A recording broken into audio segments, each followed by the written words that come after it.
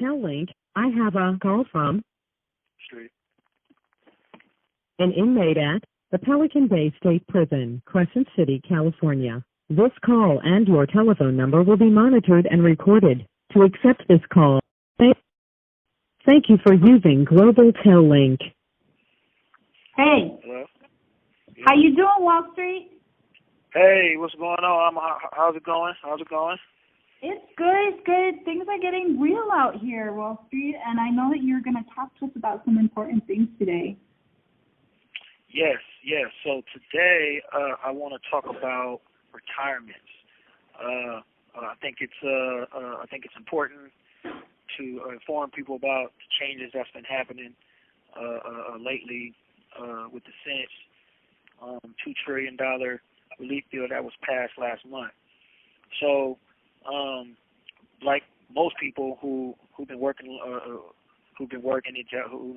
jobs, they have retirements, either a 401k or some sort of individual retirement account. And the Senate, when they passed the $2 trillion relief bill, they also put in some provisions of hardships for retirements. And so I want to talk about, just give people an update on what some of those changes have been, where people can use for relief and a lot of the current conditions that people are going through right now. So the first thing I'm going to talk about is the hardship. So currently under the old law, which is technically still the law right now, it's just that some of that stuff's been changed. You can now withdraw up to $100,000 from a 401k or IRA, which is an individual retirement account. And those who are under the age of 59 and a half are exempt from the 10% penalty that would normally apply. So what does that mean? So normally, if you take out $10,000, you would have to pay a 10% penalty, which would be $1,000. So right now, that penalty has been waived. There isn't any penalty to take the money out. The amount you withdraw, right? The amount that you withdraw from the retirement will still be taxable, but the taxes is due over a 3-year period instead of the 1 year that normally applies. So what does that mean? It means if you took out $10,000 and you owe 20% in taxes on that amount, the 20% you owe will be $2,000. You currently have 2 years to pay back the $2,000 in taxes. You have 3 years to pay that money back. So they've extended the time to which you have to pay back whatever you withdraw. So you can put the money back into your 401k or your IRA within 3 years and skip the tax payments, even if the amount of money you put back in there exceeds the annual contribution limits. So basically what that means is if you took $10,000 out of your 401k and you're under the age of 50, and in 2 years that $10,000 grew to $25,000, you can redeposit that amount in your 401k, even though your retirement limit, even though your annual contribution limit is $9,500.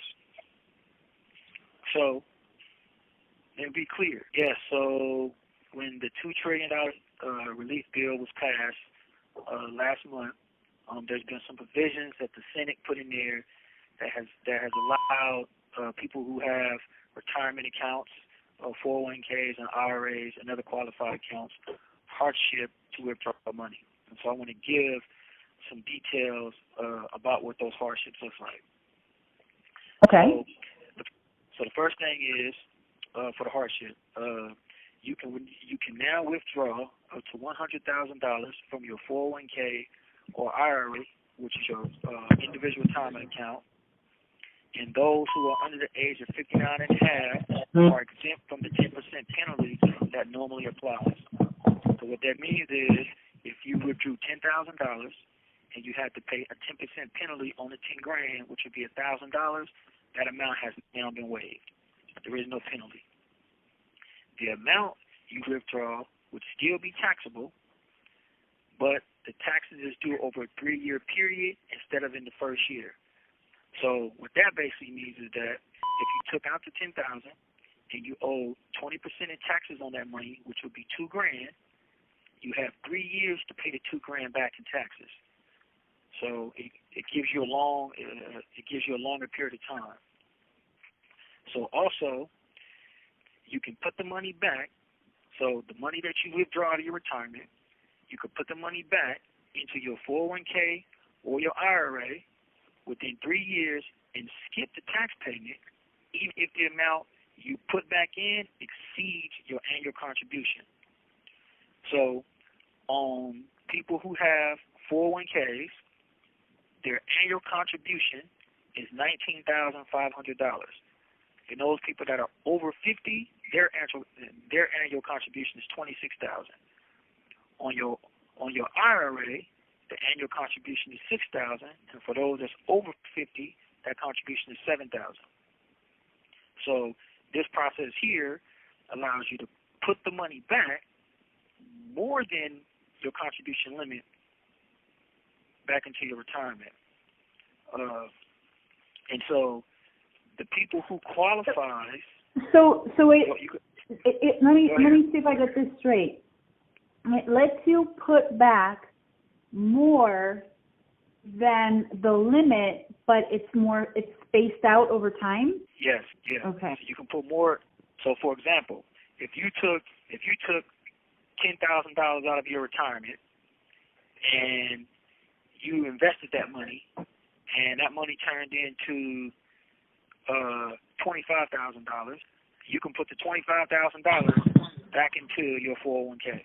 Okay. Because your contribution limit to your 401k, if you're under 50, is $19,500. So you can put the entire $25,000 back into your 401k. Okay.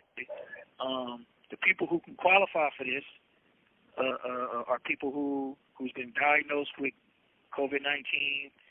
They have a loss of income due to a layoff, a business closure, they've been quarantined, or they got a reduction in hours due to their inability to work because they got to take care of a child at home, something like that. Obviously, people need to contact their employers and get more details about how they qualify for this if they want to. But this is just some of the information that has come down that I think is going to be very helpful for people to look into. Have you seen any information about the same situation but with people who are self-employed? I haven't seen anything with people that are self-employed, but I can imagine the divisions that some of those people fall under divisions because these will be people who have a business closure, and meaning that if you had your own business and your business got closed and you had a 401k, you can draw on that. So I would imagine that it will qualify for that. Okay. Also, it's another thing. It's another important fact to know too that for retirees, people who are already in retirement, they also don't have to pay a penalty. So when you are already in retirement and when you hit the ages 70 to 70 and a half, the federal government forces you to take out a certain percentage of your money or they penalize you for it. So if you don't, and sometimes the penalties, I'm not too sure, but it can be like a 50% penalty on the amount that you're supposed to withdraw. Those penalties have now been waived. So if a person is 70 years old, 70 and a half years old, and they're taking out $5,000 every month because they have to take that out of their retirement every month, if they don't take the money out now, they won't receive a penalty. And the idea is that the government doesn't want to force people to have to continue to take the annual contribution while their assets have lost 30-40% of their value. So their thing is to suspend that right now and allow people's retirements to sit there so their balances can grow before they start taking those contributions. So that's also something that has went into effect for people who are currently already in retirement, and who are now forced to take the money out due to the penalties because they have set of their retirement age. So that's another benefit that has happened. Okay. Now, what I want to say is that there are a lot of people who are not proponents, who do not support these measures. Right? Their thing is, it's good to the government. It's trying to, have relief for people across the board, but they think that, people being able to take money out of retirements is a bad idea because it's going to hurt people in the long run. It's going to hurt people in the long run. As a matter of fact, the nonprofit Employment Benefit Research Institute estimate that Americans between the ages of, I think it was 35 to 64, face a retirement savings shortfall of almost $4 trillion. So they're already saying that the retirement is short, and for people to have the opportunity to take the money out, it's just going to put people in a worse off situation. I have some different opinions about that, which I will be discussing in a different video, but I believe that people should explore all options and that no one option fits everybody. And that the retirement system is designed to fit one option. Put your money in there, let it sit for 20 years, and then sit back in retirement and compound. Them days are long gone in my estimate, right? And that's not to say that people can't make money in their retirements long term, but it's to say that being able to balance your retirement means you have to be able to move money around, and you have to be able to take advantage of markets when markets are lower or when markets are higher. And the current kind of sentiment of how a lot of people managing these funds, the retirement funds, view it is just let the money sit there and don't do nothing with it. And so I do not subscribe to that proponent. I think that people should look at these new provisions that have passed for hardships currently right now, and I think they need to weigh it based on their current need for finance, their ability to take the money out and grow it, their ability to rebalance their portfolios. Are there some losses that people are going to have to take? Yes. People lose stuff every day.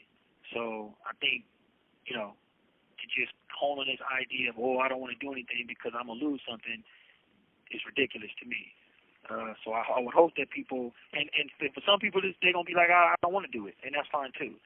But I think for a lot of people, this is another way to allow them to educate themselves and rebalance their portfolios, their retirement portfolios.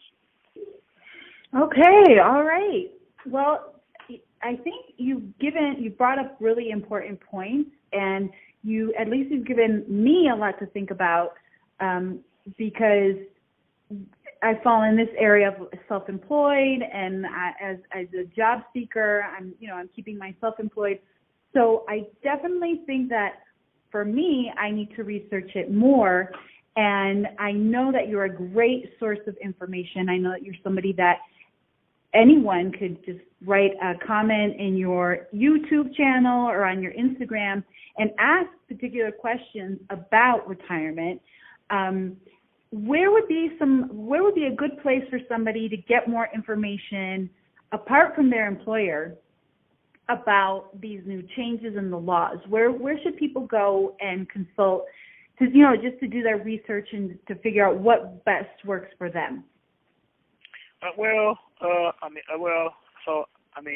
Obviously Google work. There should be, I'm not sure, but I can imagine there's something on the government's website, possibly the Treasury's website, where you can go. I'm sure they have different organizations, financial organizations who deal heavily with retirements. I'm sure they have information there about it. Possibly Fidelity, any of the major banks who handle this will probably have information about retirements. And so I think it's a bunch of different places that that people can go. I just think people have to be vigilant, right? And ask questions that relate to their situation, and don't ask questions that relate to the system. The retirement system is not your system. That's a system of dealing with retirement. What you may need to do for you and your family may not be exactly what the system is going to allow you to do at a certain time of life or at a certain time in downturns in the economy. So people need to be a little bit more mindful of that and be independent thinkers. And right now is a time to be an independent thinker. And I know it's probably frightening for people. People seeing their retirement savings dwindle down 30, 40%. Some probably further than that. And that can be challenging for people. But at the same time, your finances is important. And, I don't have to tell people that. Hell, people out there losing their jobs, and they said over 20 million people and 5 for unemployed. People need to be mindful and vigilant and just ask questions. And if you have any questions or comments for me, you can go to my Instagram, which is Curtis Wall Street Carroll, and ask questions, leave comments about whatever, and I look forward to hearing from everybody. All right, y'all, peace.